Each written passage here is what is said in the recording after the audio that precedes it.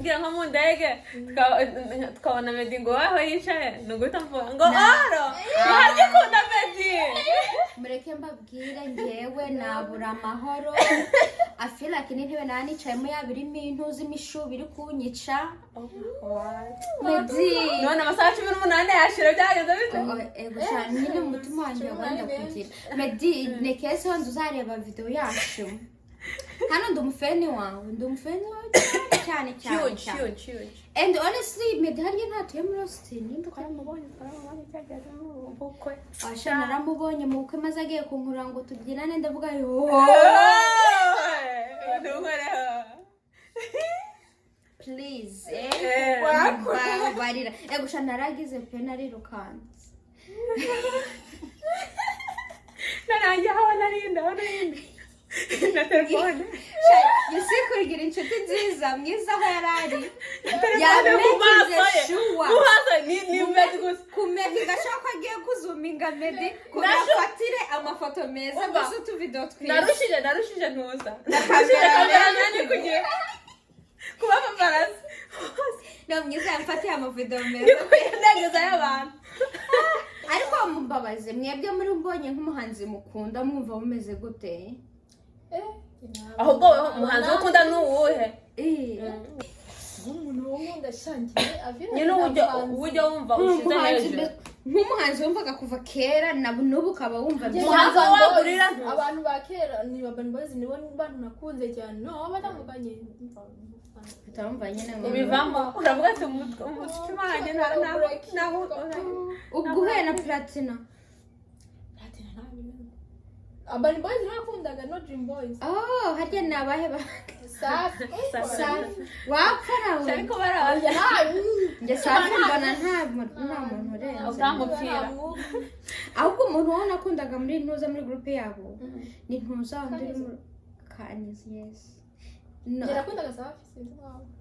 ako safi afite likeable face Kanizo niko keza nizo niko keza ariko kugira face ntoya se byo bijya umuntu no it's just nikes I guess yeah wewe wasukunda ndi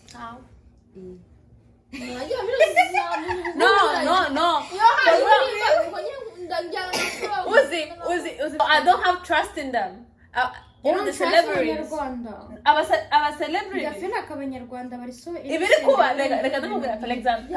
bakora cyane nk'abandi abantu b'abanyamerika no for example abantu bagize banini cyane usibye abantu babahanze babaririmbye usibye abantu bagize cyane n'abantu bama YouTube channel bama YouTube TV ahari usibye uramuhungu ajya gukora interview bya hatasi noza yago uriya najya kugusuwinga yewe no njye njya mureba muri ntuza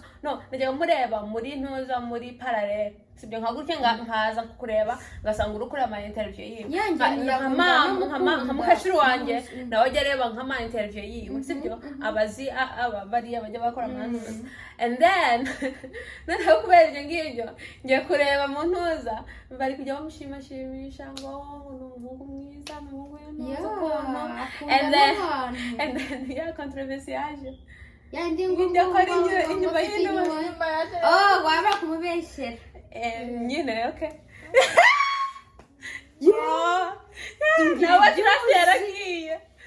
no desengo bari kumubeshyira do njye nakundaga kandi ubundi nanjye no biganiro byo mu Rwanda biganiro sister wanjye wera no njye buri gihe utuwe two nabona ariko nanjye no dutoragura gutyo gusa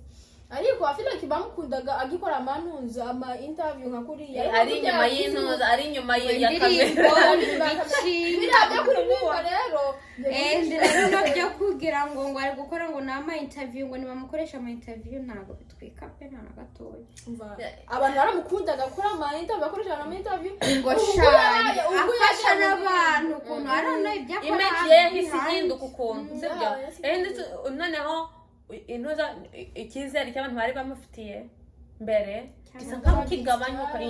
kigabanyuka ukuntu ukavuga ati biriya byarimo n'ibiki ko yari asanzwe nyine afite platform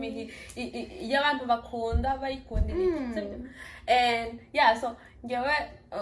ntaza ntuza example y'abanyarwanda but most of the ntuza yo consuming most of the media yo consuming ni y'abanyamerika cyangwa hanze y'intuza y'igihugu so ibyo bakora my friends byatuma nawe uvuga ati nta muntu uri shyashya that's why